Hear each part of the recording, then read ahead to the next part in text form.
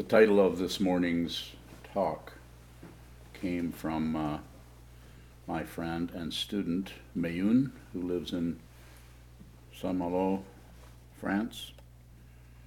She texted this to me. She's talking about she'd just finished 4 hours of block sitting, and she called that a self-gift to herself. So a self-gift. So of course you could say, I thought there wasn't any self, or I thought, and all that. So you can get into all kinds of conversations about it, but to actually see that your deep nature needs to be seen. Your surface personality, ideas, likes, dislikes, evaluations, I don't care how correct they are. You only have so much time here. Time is short from the point of view of relative truth, and ultimately there's no such thing as time or space, for that matter. So good luck with that. Don't believe me. Don't disbelieve me. Don't look away, as I say hundreds of times. So she found some value in sitting. Saw how valuable that was to sit down, hold still, don't do anything, but just see, observe, witness everything that is still doing something. Thinking, processing, evaluating, judging, fretting, worrying. In order to see your true nature, in order to see your nature before your parents' birth, before your parents were born, you were.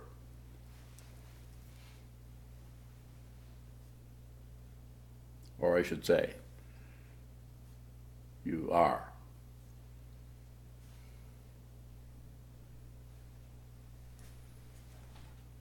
It's so valuable that you can't even sell it. You can't market it because there's no proof to it.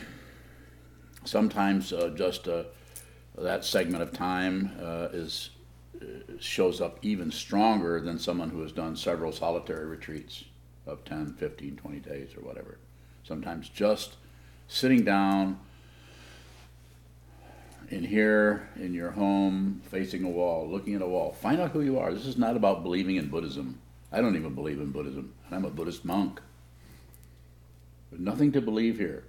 That's a misunderstanding. Belief is a lower level of understanding. Not wrong. Some people need to have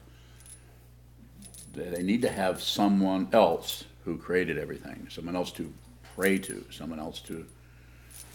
They should do it. You should do what you need to do. But if you're listening to me, then there's a possibility, especially if you consider yourself a student of Buddhism, there's a possibility you might want to know about this particular way of doing it, which the Buddha discovered 2,500 years ago, in the midst of a lot of confusion back then, as it is now. People trying to find out what's right, what's wrong. Are the Brahmins right?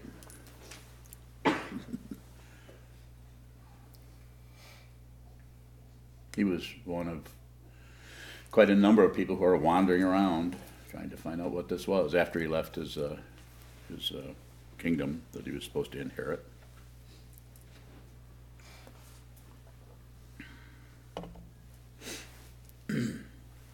So the idea of a gift is you might think that going to get ice cream is a gift, or maybe even getting a PhD in ancient history is a gift. And of course it is. That's a very relative situation.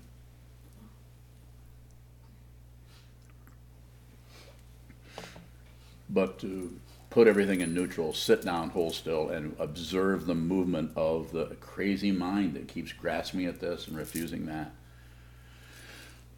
Believing in this and not believing in that, and ignoring that.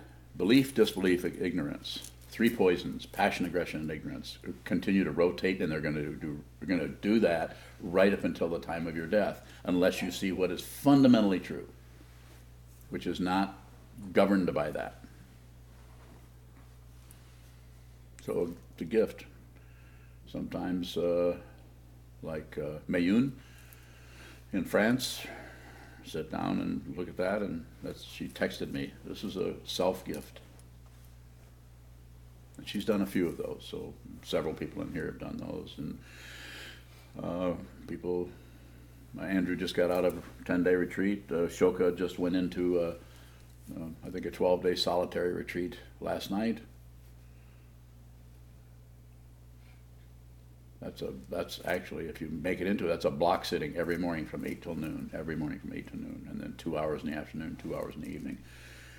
Eating, sleeping, reading a little bit, not doing much else.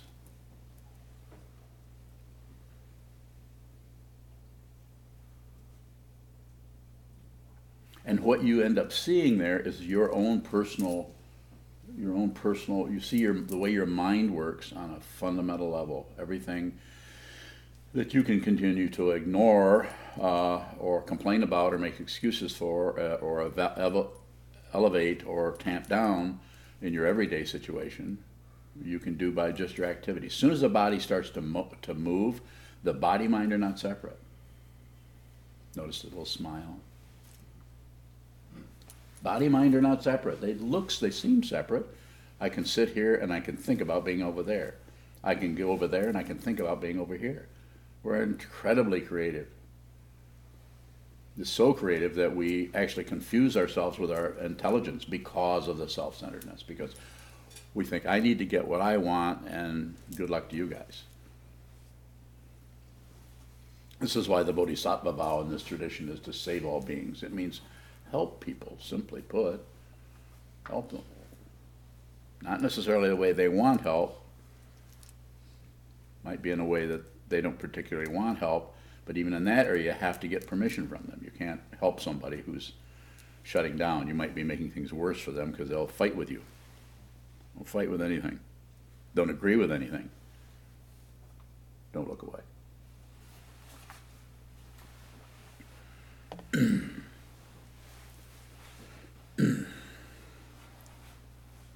So the idea of using that same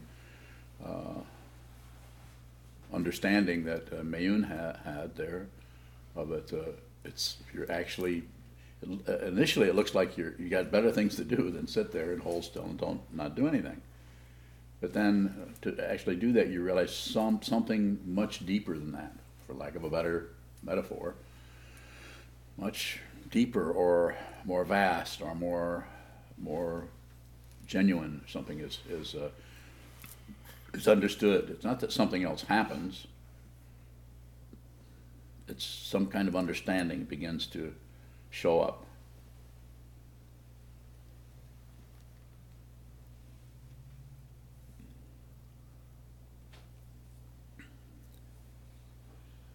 So give that to yourself. Give yourself some space to get to know yourself, to find out who you are, who this is, what this person is. This same person that gets irritated with what somebody else said, and gets upset because they're not getting what they want over here. They want that. It should be obvious that they should get that. They deserve it. We talk to ourselves, I deserve this.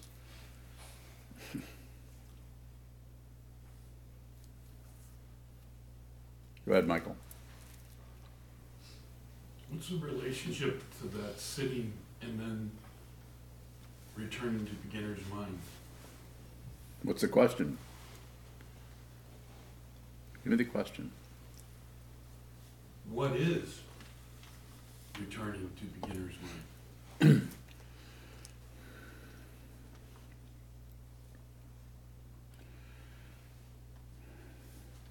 Probably the simplest way to say it is just simplifying everything and coming down to beginner. You're just a beginner.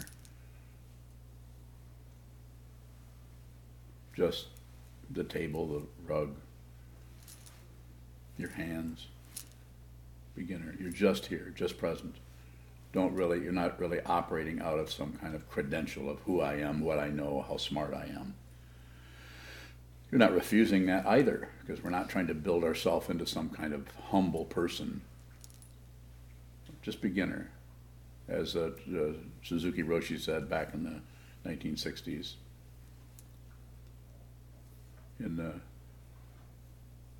expert's mind, possibilities are few. But in the beginner's mind, the possibilities are unlimited. So it's like the expert's mind has all of their ideas or credentials, what they know, what they can do, what their abilities, their description of themselves.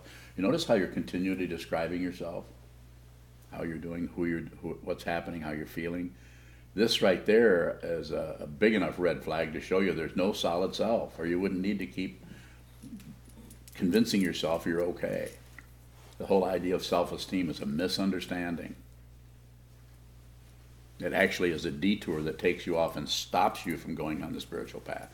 Let's just stay over here at this little rest area, just work on our self-esteem, and so we can have a really strong ego, so we can deal with the world.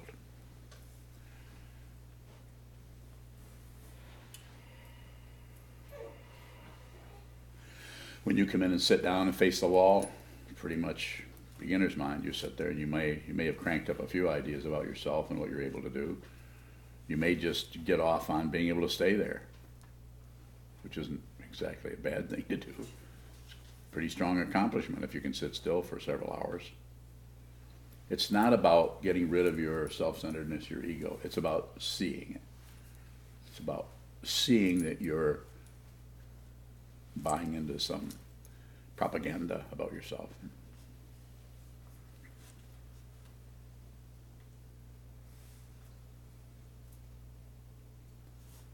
No need to take a position on anything. No need to believe in Buddhism or disbelieve in something else or take any kind of position. The important thing seems to be to whatever's moving, receive it. Whatever's moving, just observe it. Shodo. How does self-gift show up in the teaching of the threefold purity? Yeah, there is no giver. That would be a way of addressing the word self and the word gift. Threefold purity is no giver, no gift, no giving. It's empty of a gift, empty of giving, and empty of an identity. Therefore, it's the truth. It's ultimately the truth. And you're not separate from that. And you aren't going to get any credentials. You're not going to get any help from over here saying, yeah, you're doing good, keep going. Unless it's from me, I tend to do that. But it works. Everyone is different. Some people need some help in that area. So we have a sangha, have a community of people who live together and support each other and give each other a hard time. It's the idea.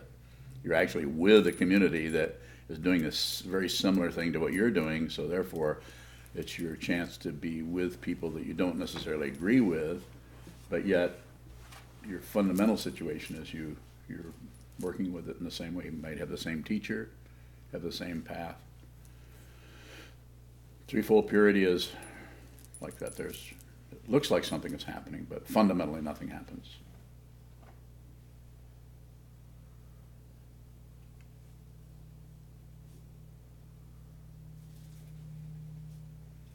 Kiyun. How do we receive our self-gift?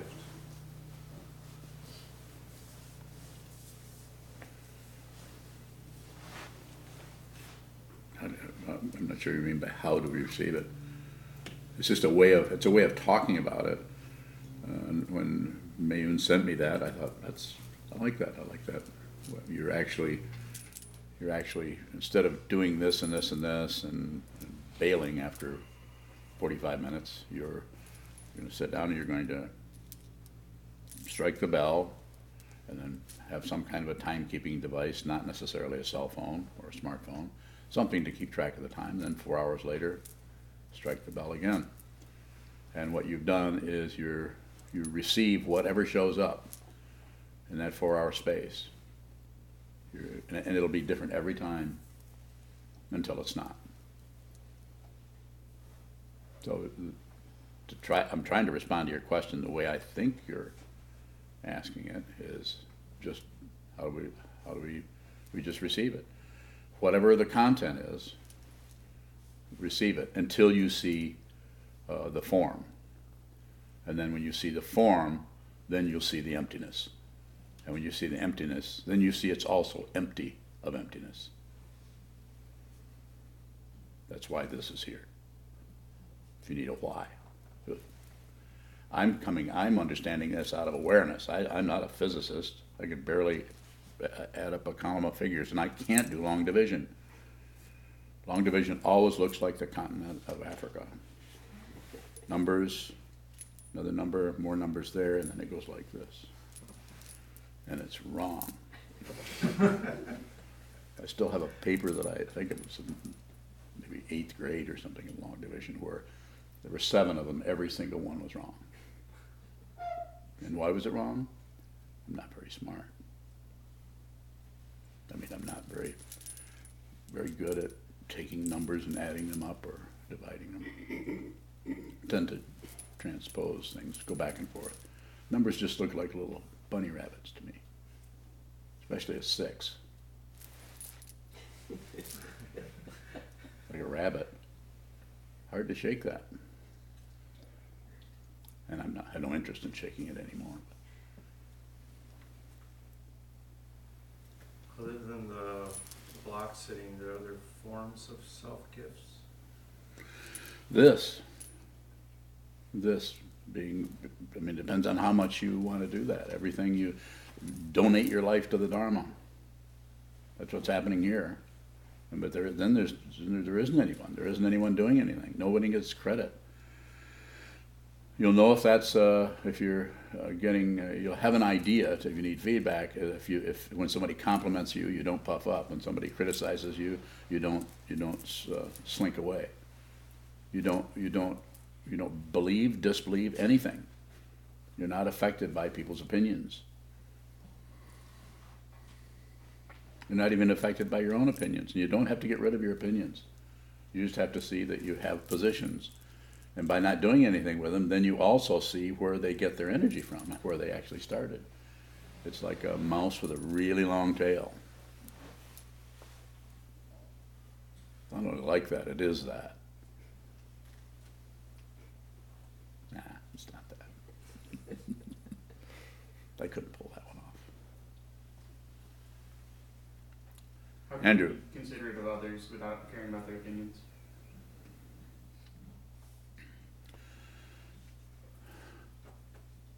Hear their opinion and listen to their opinion and interact with them around their opinion, but realize that it's based on relative truth. It's based on judgment. So what the person, the way you really help the person is to have respect for the person. Don't interfere with other people's confusion, which means don't correct their opinions. Don't even point out their opinions. Just listen. Receive, receive, receive.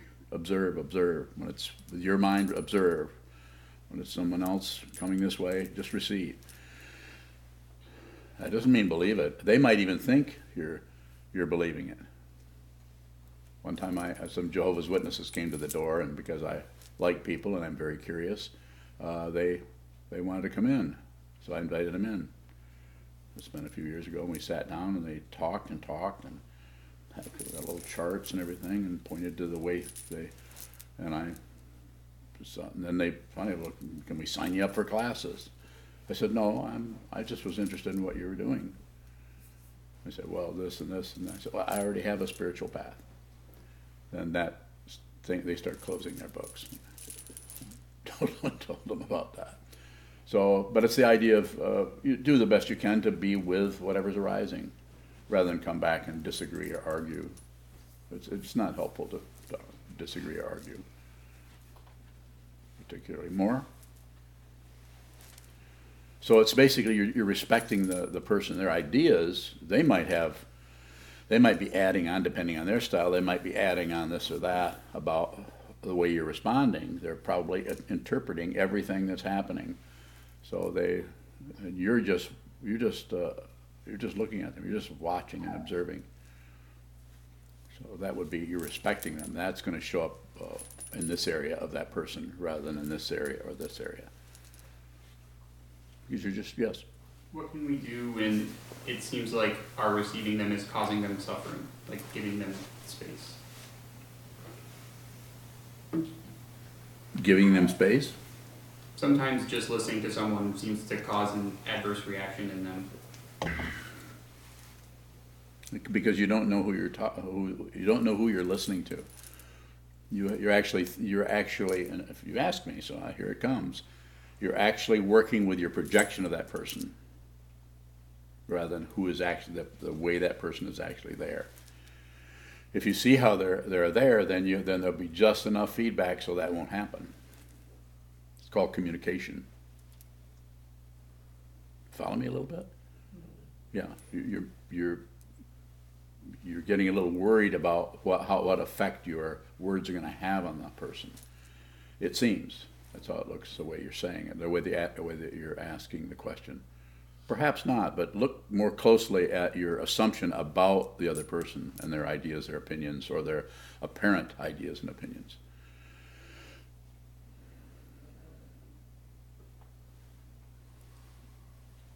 Michael. What do you do if they're, even if you just give them a small response and they get very upset? So it's such a specific situation, you know, like what was the small response was like that, or, you know, I mean, it's a lot depends on what's gone before. If it's somebody you just met, or if it's somebody you've been with for many years, you know, then some things are already there. You know, it's going to take some time, and just stick with a small response. I would say less is better in that case. Just stick with that, or when I say stick with it. Don't explain. If they get very upset, then just receive them being upset. People are suffering, and some people, especially whether there was somebody they're very intimate with, those are the people that are going to get a full dose of how they feel about you and about the world and the raw deal they've gotten from their birth, and on and on and on. Complaining. It's like putting tarpaulins over everything that you should be looking at. When I say should, you know what I mean. Don't you? Yeah. So is everything that we hear just someone's opinion then? Well, of course. Even this functions like that. And that's why I say don't believe anything I say. I'm not just, but I'm also saying don't disbelieve it either. Consider it, listen to it, see how it feels to you, or how it looks, or how it thinks, whatever it is. It's not particularly helpful to try to convince someone or propagandize, because then we're operating on very low level of relative truth, of plus and minus, war and peace. War and peace are not separate from each other. Someone who says we need to make peace. Peace is already the case. Just stop fighting. Peace is already, it already is peaceful. It already is awakening. This is the Buddha already. Already the case. You know, if you see this, you never have to meditate again. See it now. Yes. Specifically with like the teacher situation, what's the difference between believing the teacher and giving the teacher the benefit of the doubt? You might go back and forth between those, but it's still awareness is looking at it. Awareness is you notice that you're hanging on to one thing, and then something else you're not so sure of, and you'll give the benefit of the doubt to that. So you may rotate around a little bit. Is the benefit of the doubt free of grasping? Yeah. Yeah, there's a lot of openness there. There's no grasping. There's no demand being made. You just, benefit of the doubt is just a way of saying, if you were to write a paragraph on it or something, it's a way of saying, I'm not sure what's happening there, but this is the teaching. This is my teacher is presenting this in a certain way, and I'm not sure exactly how that is, but I'm gonna stay in there and continue to look at that and see if some clarity around that begins to arise. Don't squeeze things to get clarity. Then we're going back to samsara. People try to wring a little bit of happiness out of relative truth. It works for about 15 minutes, 3.5 years, and then everything collapses because it's relative truth. It's cyclic. I just heard Neil deGrasse Tyson, who I generally like to listen to him, all right, but heard him talk about astrology. I just completely missed the whole point about astrology. Just because he's extremely smart, but very full of himself. And I don't mean that negatively. I'm saying he thinks he's the person. He's an astrophysicist. I think. He's smart, really smart, way smarter than this person. Way more. Remember, continent of Africa, bunny rabbits. That doesn't work too well to be even a high school graduate, let alone a nuclear or an astrophysicist. That wasn't meant to mock anyone, except for people in my family that came from Tennessee.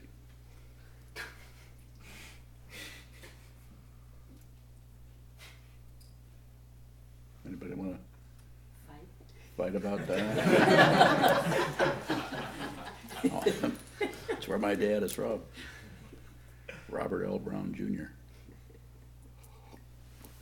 who died at age 26 in the Second World War, a war he did not want to go to, and there wasn't any way to get out of it, and he knew he wasn't coming back, and he was a Pisces. So, and the whole idea about even astrology isn't something to believe in or disbelieve in, but you could look at it and not necessarily apply a whole bunch of ideas and rules and laws. He just misunderstands it. It's interesting that he wouldn't have a wider vision, but apparently doesn't. Nor did Carl Sagan. He had the same positionality on that. Further questions? From Bayonne in France. She asks, what do you mean by to see the form? So seeing the content has attributions around it, has sharp edges and soft edges. And you would think that that's the form, but that's where the belief but disbelief comes in. But when you see the form and the space at the same time. And you see they're not separate. And there's no personality there anymore. There's no plus or minus. And this is terrifying to ego. Ego does not want that much openness. It's like agoraphobia. Well, the camels help, but basically it's too much desert.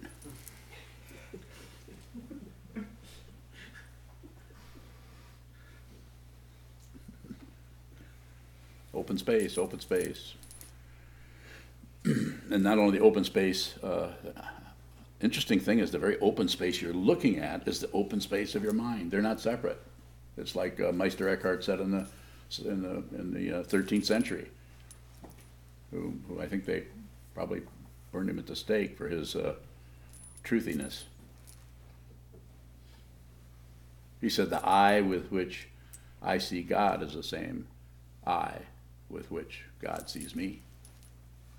And he also said, if the truth goes that way and God goes that way, I can let God go and follow the truth. That's a Buddhist talking. There wasn't any Buddhism then, it's just that he was an unusual being.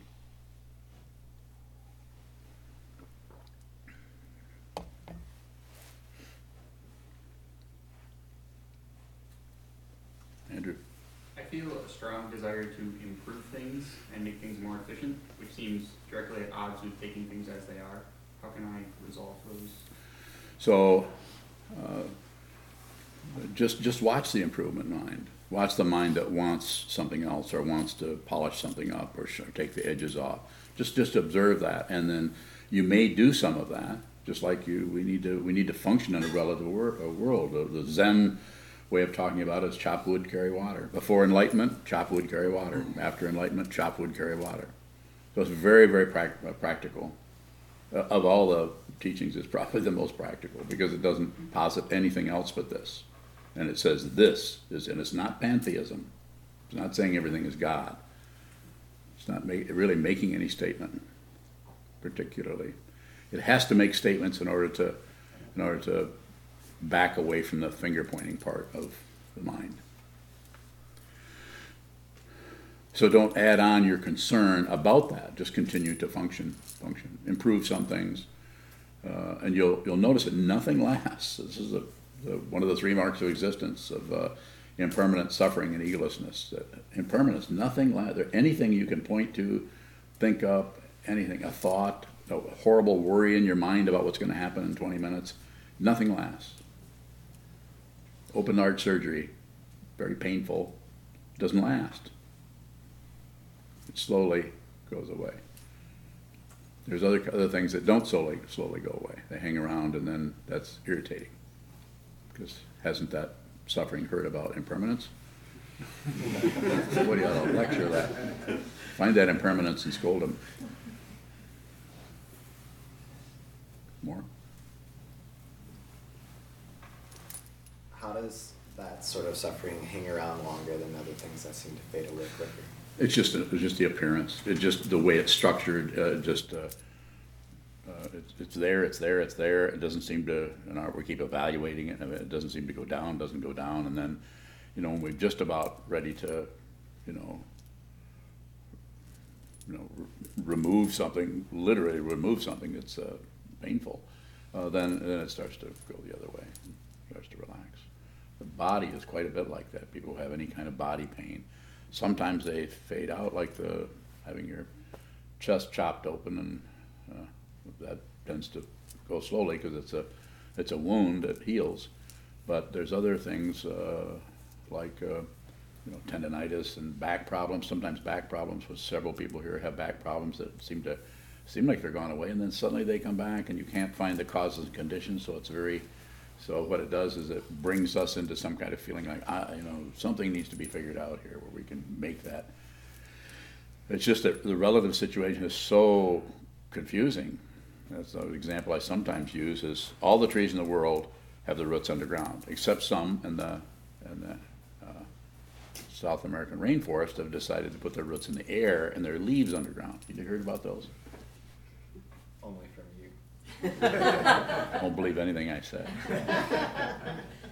I'll say anything to teach. If you don't believe anything, you don't disbelieve anything, and you don't look away from anything, you're liberated.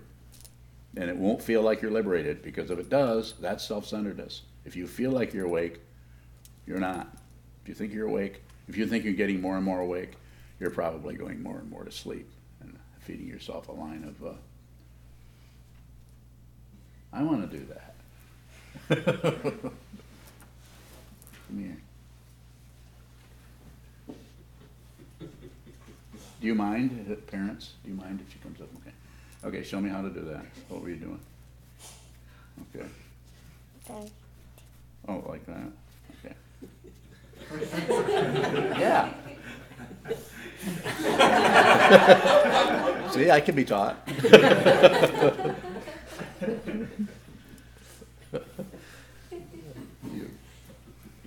Yes. You just said, I'll do anything to teach. Yes. I'll say anything to teach. Did I say that? Yes. At least that's what I wrote down. I'll say Okay. anything to teach. Yes. Is that an attitude that we can carry into our political situation when we've got? There's too many, the political situation is frustrating. I know everybody has difficulty in different directions. Not all on the same page here. There aren't any pages. It's very confusing, and it triggers things that are way, way buried. So I would say, in so much as you can, try to receive as much as you can. Stay in touch with everything and everyone. Train your mind so that you can see more clearly. You won't necessarily feel better about it, but the clarity is not a credential. It doesn't. You can't convert how clear you are into a credential. If you do, it's not really credentialed. It's some kind of a mirror-like structure that's convinces you that your self-centeredness is somehow doing okay or getting somewhere.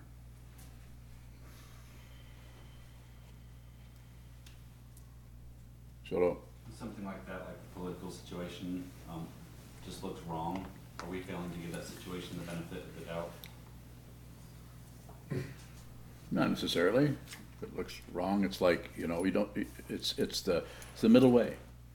So if someone is in the kitchen, and we have different diets here, and someone is in there and is about to eat something distasteful, You know, like, well, I'm not gonna say that, but you know what I mean? If somebody's in there and says, that looks like, yeah, you know what I mean? Is that funny? No comment, but at the same time, don't necessarily believe it or disbelieve it. Don't do anything with it. Just notice your perception. Notice everything that shows up. You're participating in the world. The right and wrong are extra. We're not saying there aren't people who are suffering so much that they want to literally destroy other people in order so they'll feel better. There's very, very deep confusion, and it's everywhere. It's in the people who are apparently trying to do good, and the people who are apparently who think they're trying to do good, who justify it and are actually making things. It's too confusing to step into that, because you can't, that's a maelstrom, that's a whirlwind, that's a tsunami that is totally impersonal. Everything's impersonal. And if you try to make it personal, you're in for it. Then it can also take you right to the top. Well, you'll be in charge of everything. And it can take you right to the bottom where you're just a ground pounder or infantryman. You know, you're just one of the people that needs to follow orders. That's why when somebody says they're going into the military, which I think Dallas did recently, and I've done everything but chain him to a wall somewhere. They can even not go in. And I understand his situation, because it's difficulty, you know, finding work and all that. But I haven't told him yet. But if you're listening, Dallas, move to Finland. Norway, move to Norway. Much better there. So yes. What does it look like for us not to give a situation the benefit of the doubt? To add to it your ideas about it. Even when they're accurate, you don't need, if you have the idea about it, you don't have to add to it. You can just see that you can feel it. You can feel the texture of the disagreement. You don't have to turn it into a word. That's why I often say don't name. Or if you do name something, peel that name away and give it some oxygen. Because nothing lasts. So the very thing you've named, you've sealed it off so it can't change, or at least slows down the change. Because then your concept is part of what is there, and then it starts to be what? Propaganda or opinion or nationality or any kind of structure that gives a hideout to the self-centeredness. Or, you follow it? What did I say? I try to watch you while I write something down, and I see that. Yeah, Stop yeah, listening. it's all right. That's also awareness. We have some time if there's other questions. You? You just said it slows down the change. Is there something that increases the change?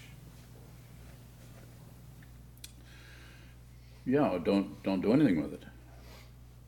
So when something is happening that you disagree with, or you don't like, or you think is difficult, to do anything with it, you know, it seals it up, so that it can't. So you're actually, your self-centeredness, you're preventing it from functioning as it would openly in dependent origination, by adding your own opinion idea to it. So I'm not saying you're going to be able to manipulate it particularly, but over time that tends to add up and take the whole thing a different direction, more personalized. It's called delusion. Questions from people who haven't asked questions? Joseph? Is if you refuse to chop wood, Yes. is it still a good idea to sit?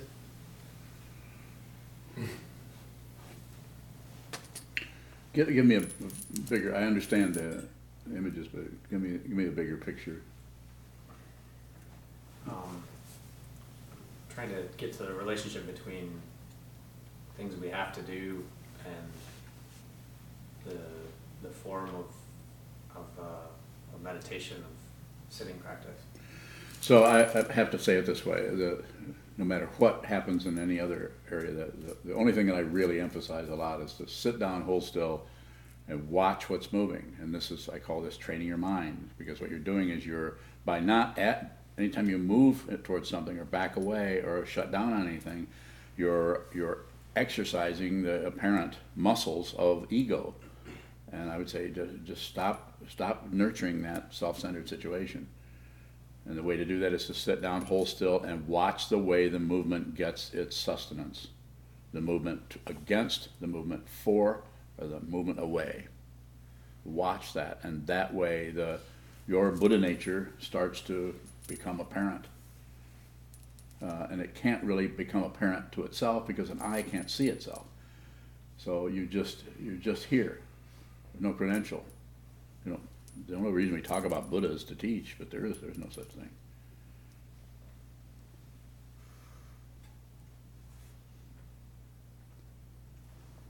So I understand what you say.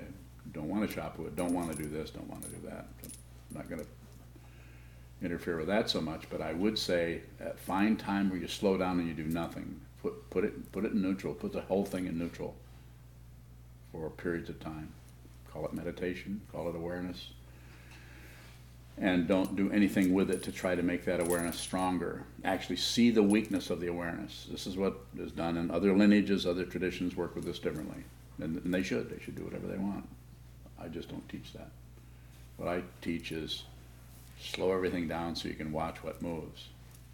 More? I don't want to freeze to death. You don't? Well, light a fire.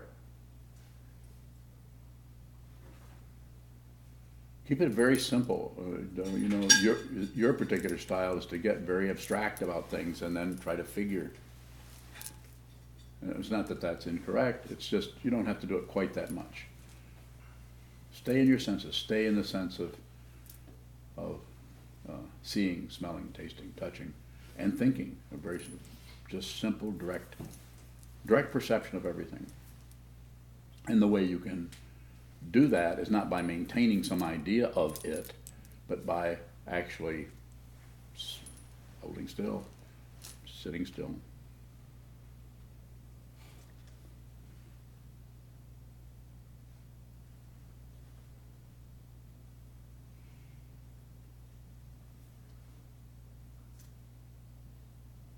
There isn't anything else. If you think there is, you'll spin and suffer. Not a condemnation, just, I guess you'd call it an observation. It certainly happens over here. Yes, This last question, and we need to move on. certainly. It's from Kevin Townley out in Brooklyn, New York, Who's going to be here next week? not till February. February? He says, I experience a lot of haziness in my practice, which seems to fall under the umbrella of ignorance. Is that enough, just seeing that, or is the haziness occluding, O-C-C-L-U-D? No. No, just awareness is awareness. Awareness of haziness is not haziness. Awareness of ignorance is not ignorance. I should be looking there. Is that what your body language is about? Yeah, Kevin's right in there. He is not. That is not Kevin.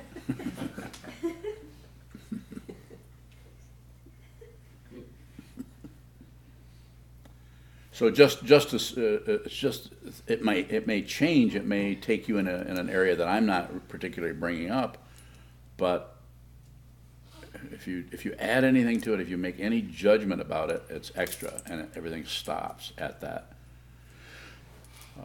conclusion. Don't conclude, and the way we do that is to see the way we keep concluding everything, coming to opinions and ideas and judgments. And sure, we have to do some of that. We have to decide. Do we get a 50-gallon water heater or do we get a 75-gallon water heater? Well, how much is it going to cost? Let's find the person who knows about math.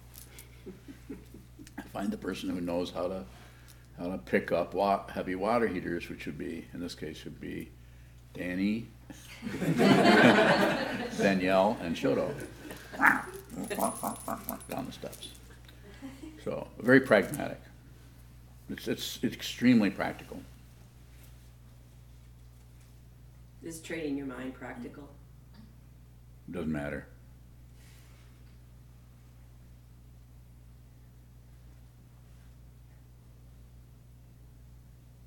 No sales pitch particular. I mean, it probably sounds like I'm doing that to some extent because it might be a good idea to find out who you are.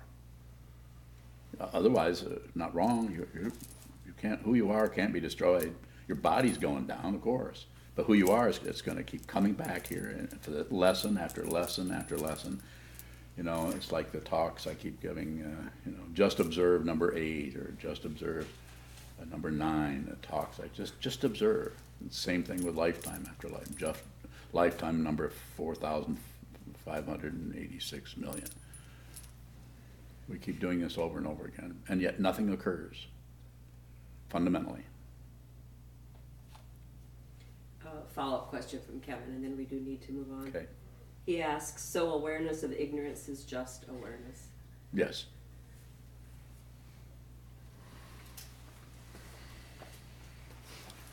Thank you very much.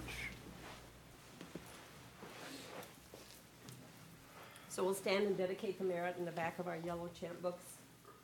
I'd like to remind everybody about the donation boxes we have in the hallway.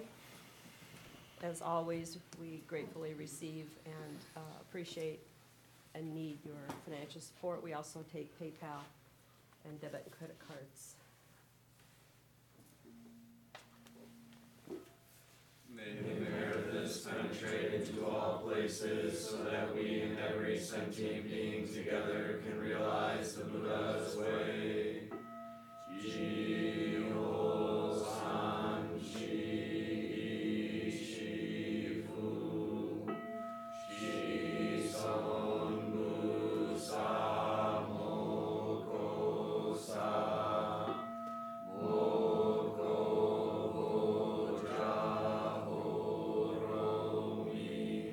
the 10 directions, the 3 worlds, all Buddhas, all venerable ones, Bodhisattvas, Mahasattvas, the great Prajna, Paramita.